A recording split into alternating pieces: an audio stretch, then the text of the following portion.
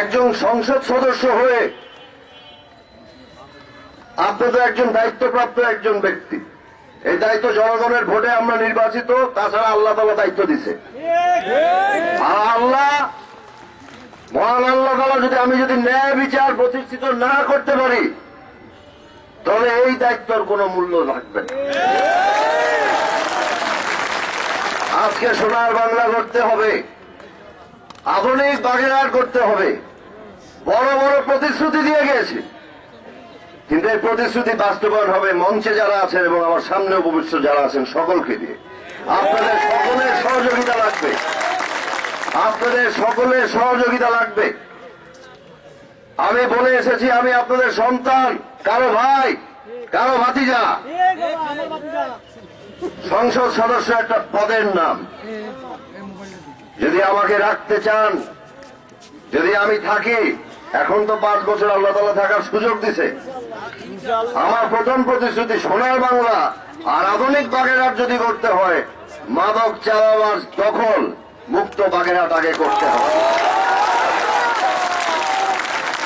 আমাদের মধ্যে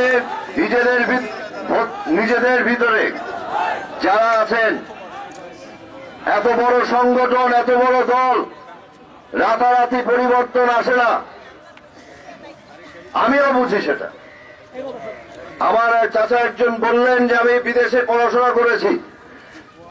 অবশ্যই বিদেশে পড়াশোনা করেছি। ওই বিদেশেও পরিবর্তন রাতারাতি আসে নাই। শত শত বছর ধরে গণতন্ত্রের আন্দোলন চলছে, তারপরে তারা গণতান্ত্রিক প্রতিষ্ঠানগুলিকে তারা শক্তভাবে গড়ে তুলতে পারছে। আজকে আমাদের 46 বছর হয়েছে মাত্র স্বাধীনতা, তার মধ্যে 37 বছর আমরা ছিলাম স্বাধীন দেশের পরাধীন নাগরিক হিসাবে।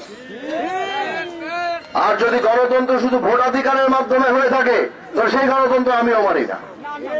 গণতন্ত্র আজকেও থাকতে হবে। যারা এখানে নাই, যারা সংগঠনের সাথে নাই, যারা ভোটার আছে, যারা সাধারণ মানুষ, তাদেরকে শান্তিতে থাকতে দিতে হবে। আমাদেরকে এখানে দায়িত্ব নিয়ে পাঠানো হয়েছে, দায়িত্ব আমরা নিয়েছি। আপনারাও আমার দায়িত্ব নিয়ে আমাদের নির্বাচন পার করেছেন। আমি আপনাদের কাছে চিরজীবন কৃতজ্ঞ থাকব। সময় হয়তো 5 বছর পেয়েছি, আগামীতে হয়তো আমার অনেক কর্মকাণ্ড থাকতে পারে, আপনারা হয়তো না পছন্দ করতে পারেন, কিন্তু আমি আমার দায়িত্বের জায়গা থেকে, আমার মার্কা নৌকা মার্কা, আমার নেতার জননেতা শেখ হেলাল উদ্দিন নয়, তিনি আমার পিতা। পরিষ্কার ভাবে বলে দিচ্ছি, আমি জাতির জনক বঙ্গবন্ধু শেখ মুজিবুর রহমানের আদর্শে আমার নেত্রী মাননীয় প্রধানমন্ত্রী শেখ হাসিনা আমাকে মূল্যায়ন দিয়েছেন। আপনারা যদি এখানে আমাকে সুশাসনের ব্যবস্থা না করতে দেন, আমার শক্তি প্রয়োগ করতে হতে পারে। আমাকে সহযোগিতা করবেন।